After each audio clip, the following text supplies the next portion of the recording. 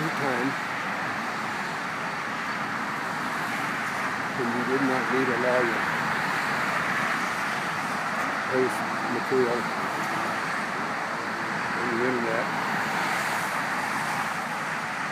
provide services to customers and for customers to enjoy the freedom of the information highway. The lawyers are out there on the other side of the fence at first, watching, waiting, as they said, we're here if you need us. Do what you do. If you get into trouble, give us a call. That was great. Out from under the legal and financial constraints of a civil society, the internet seemed to offer an alternative to legal and financial controls over everything you do in life. One way or the other, they get their way. If not by financial squeezing and profit taking, then by threatening and warning and co-opting and pleading and drawing you into the world of constitutional privilege. It's nice that Obama is a constitutional lawyer. He knows how this works. The Constitution protects the lawmakers. The lawmakers protect the financial people, who of course always say, we're working on your behalf for justice and for confidence and banks too large to fail. Curiously though, Edward Snowden revealed that our protectors were cheating us, had breached the protection of our trust in them, was spying and stealing and savaging our resources in the name of protecting us. And so the citizens wondered, how did this come about? How did those whom we had been taught to treat for generations to betray us? Why are they doing this? What were they frightened of?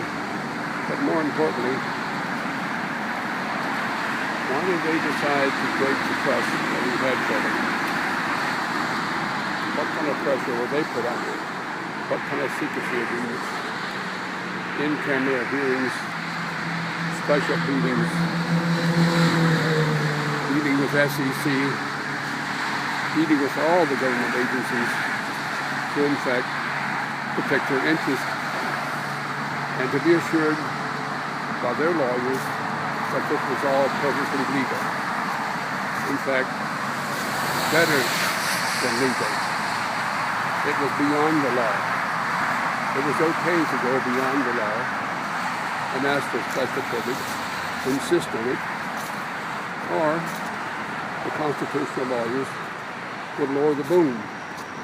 They would reveal that since the Constitution was founded, it has been used to constitutionally protect those who legislate, judge, and enforce the Constitution in the name of the people. This is an interesting development.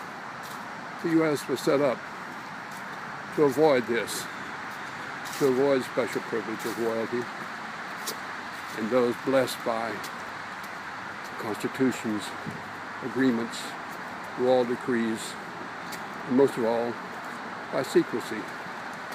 And of course, protected by the lucrative benefits for maintaining special privilege systems.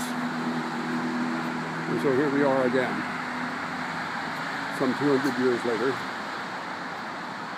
still braying about being the greatest nation on earth, the one with the most freedoms, the one true democracy, the one true police system for the world, maximally armed with the most horrendous weapons ever conceived, by our wonderful educational and legal and financial system. Nothing could be better. This is beyond empire. This is where empire failed or feared to go, that it would provoke the people if they pushed too hard, if they became too aggressive, if they cheated too much, if they exercised their power too greatly. It would bring inevitable revolution. But not in the USA. USA is a peaceable country. It does not have revolutions. Its last one was 200 years ago. Everything since then has been modest by comparison. And has been modest because the Constitution says this is the best system of all worlds. Nothing can beat this. A written Constitution, a law of men and some women, and some transgenders, but basically it's a law protecting the privilege of those who write, practice, enforce, and scare the bejesus out of the world in the name of the law, with treaties, doctoral dissertations, conferences, World Economic Forums, and of course, every nation now has its own enforcement team called the intelligence agency. It's necessary to have a secret intelligence agency to assure that lawful procedures are followed. But we have to watch out for people like ourselves. They will cheat because we cheat. We cheat because they cheat. We lie because they lie. We steal because they steal. We deceive our citizenry because they deceive their citizenry. This is the closed loop that we now find ourselves in which nobody is free of anarchy of some kind, whether it's religious or political, financial, or ideological. It's an anarchy. Those at the top benefit, those at the bottom pay the price for this beneficiary. And so here we are in a wonderful anarchy. The most evil thing that they can think of is anarchy, in which we don't respect the anarchy. That's called treason and treachery, a violation of national security. And the nuclear sabers, and the chemical sabers, the biological sabers, and the radiological sabers begin to rattle. Anywhere that people defy the WMD anarchy at the top is considered to be a mortal enemy. You dare not go there. If you do, you'll be warned, you'll be bribed, you'll be offered attractive inducements to come inside and be part of this top-level anarchy, or you will be obliterated. One by one, hundreds at a time, thousands at a time, whatever it takes to assure that constitutional anarchy will always remain.